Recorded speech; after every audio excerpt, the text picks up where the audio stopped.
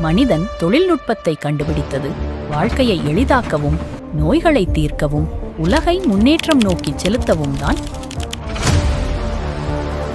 அது மனிதனின் நண்பனாக இருந்தது. ஆனால் காலம் கடந்தபின் அந்த தொழில்நுட்பம் பேராசைக்கும், போர்களுக்கும், அழிவுக்கும் பயன்படுத்தப்பட்டது. இயற்கையை கெடுத்தது. சில சூழ்ச்சிக்காரர்களின் சதியால் ஒரு நாள் மிகப்பெரிய அளவில் உலகப் போர் ஏற்பட்டது. உலகப் போர் தொடங்கிவிட்டது. World War III has begun.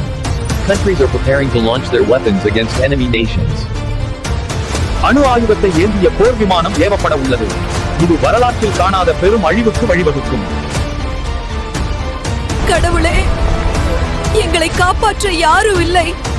எந்த தேசமும் ஏன் போரை தடுத்து மக்களை காப்பாற்ற முன்வரவில்லை? ஒருத்தன் இருந்தான். அவன் சாதாரணமானவன் அல்ல.